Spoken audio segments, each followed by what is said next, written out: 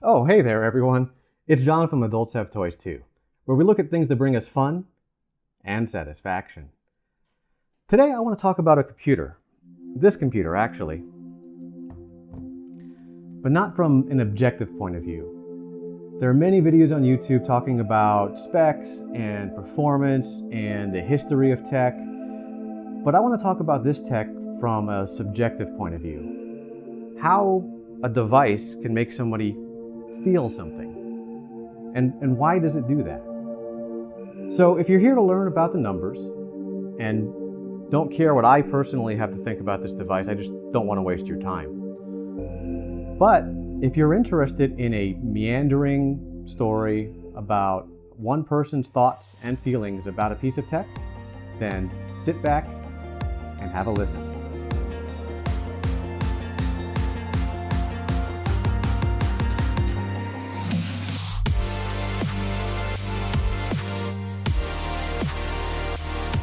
This is a 12-inch Powerbook G4. This was not mine until very recently, and I actually never owned a 12-inch Powerbook G4 in the past. But holding this really evokes a sense of nostalgia and satisfaction. And to understand why, we need to go back to the first computer I ever owned. My first computer ever was also my first exposure to Apple computer. It was 1991 and I was 7 years old. My parents figured this whole computer fad might be a thing and figured it would be a good idea to replace my VTech learning window with something more substantial. Something that might be useful for school assignments. And I loved this thing. This thing got me through countless essays, book reports, and games of Where in Time is Carmen Sandiego. This was our only computer for years, long enough that kids at school would be shocked to hear that my computer screen was only black and white. This thing had a 1-bit display, black or white. I really wanted something with a color screen, but my Mac Classic was still working perfectly for what it is I needed to do. This caused me to resort to Goodwill. At the time, Goodwill still carried computers and computer parts. This is where my computer nerd journey started. I picked up a Gateway full tower 386 PC running Windows 3.1. I quickly learned that I could get software and hardware to greatly increase the machine's capabilities, and thus began a long string of replacements and upgrades. As I got deeper and deeper into tech, there was one person online that really started grabbing my attention. That person with a deep reality distortion field, Steve Jobs. There was something about his keynotes that really grabbed me. He had a way of presenting things in an order and in a pace that really made you feel like he was the underdog hero fighting back against the Microsoft empire. They made beautiful products. I probably spec'd out a G3 iMac a million times on their website. The G4 iMac was a work of art. Their titanium PowerBook was a thing of the future. In a time where Windows laptops looked like this, the PowerBook looked like this. I remember specifically one time at school walking by a classroom and seeing somebody work on a PowerBook. The room was dimly lit and the Apple logo was glowing. It just touched me somewhere inside. I knew I had to have one, but as a college student working part-time, there was no way I was going to afford it. But the hook was already set. I finally got a taste of a real Apple product when they released the iPod mini. An iPod I could reasonably afford, and iTunes being on Windows with all its 99-cent per song glory, I was in heaven. I finally got to walk around campus with white headphones hanging from my ears and a bright green anodized aluminum iPod in my pocket. In today's smartphone world, it's really hard to imagine this feeling, but it was something special at the time. But now that I had part of that Apple ecosystem, how could I not get a Mac to go with it? Especially when my 400 megahertz Celeron Dell Latitude that I found at Goodwill was really showing its age at that point. Apple had recently released the aluminum PowerBooks in 12 and 17-inch sizes, and later replaced the titanium PowerBook with an aluminum model. These were the pinnacle of laptop design, at least to me anyways. I was on Apple's site all the time, just building laptops and trying to justify the number that would show up at the end. Apple had a G3 iBook, but how could I get a G3 when the G4 was getting AltiVec, the velocity engine? I really didn't know what that meant, but it was the future. I didn't want to be left behind. The 12-inch Powerbook just seemed perfect. It would barely take any space in my bag, the edge-to-edge keyboard, it just looked amazing.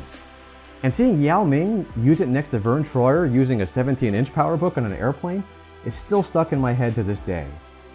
But at $1,800, it just didn't seem realistic to somebody paying his own way through college. The 12-inch Powerbook was a thing of dreams. Not very long after the aluminum Powerbooks came out though, Apple seemed to make a move that was directly targeted at me and people like me. They came out with the iBook G4. Sure, it was plastic, and the processor was a little slower, and the other specs were not quite as good. It had a G4 with AltiVec, and the Apple logo glowed. And it was just a little over $1,000. I drove down to the Apple store the day that they were on sale. People in line commented on my purchase, saying it was an amazing value. I brought it to school the next day and set it up in the common area just to play around with it. Yes, I was one of those people who brought their Mac, set it up in public just so other people could see me using it. But this thing was amazing.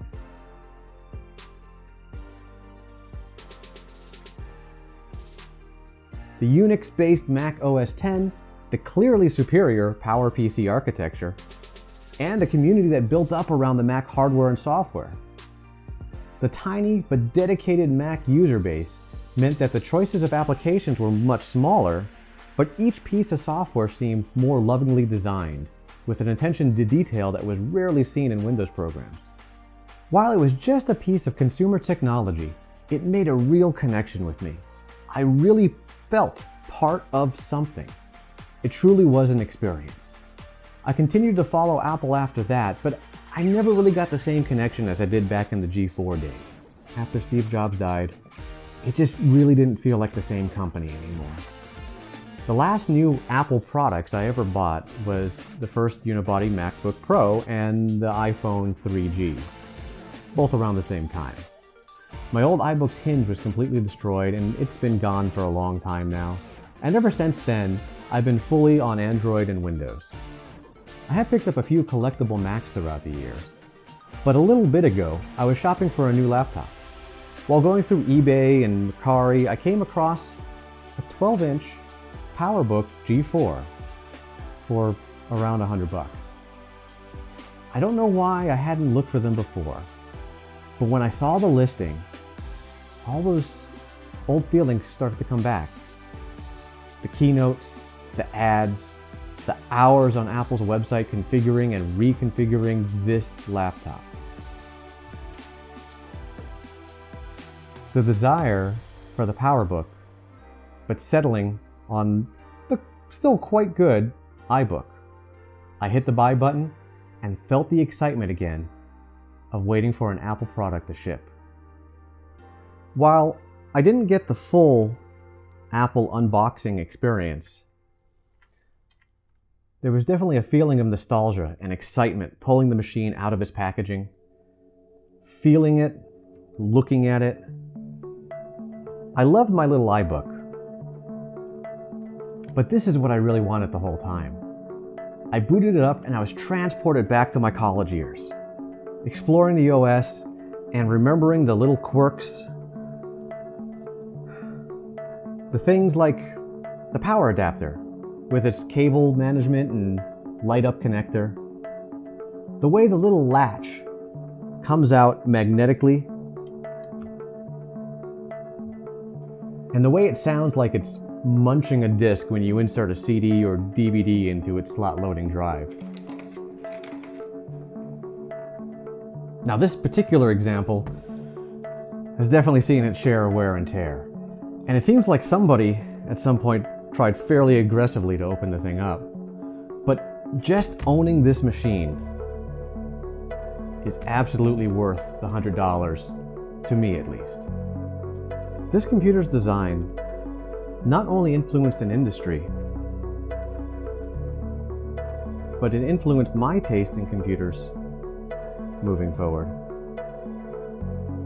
You can see the influences on the computer I ended up buying for my own personal use right here. I still don't feel that same draw towards Apple with how the company's been lately. But I will say, the move to Apple using its own silicon for its Macintosh range has grabbed my attention a little bit. It's pretty amazing how a collection of silicon and metal and plastic and glass can come together and really create an emotional reaction. But I suppose it only really makes sense. People have become attached to their tools throughout history, from swords to cars to a good pair of scissors. A quality tool that you interact with on a regular basis becomes part of your life, becomes part of you. And while this Powerbook is much too old and slow to be used as a tool anymore, I'm happy to have it because it represents part of me from years ago.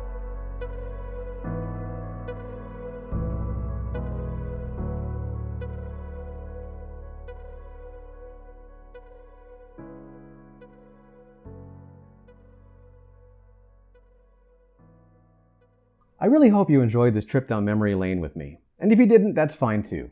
If this was fun for you, leave a like. And if this brought you some satisfaction, then subscribe. Until next time, never stop having fun.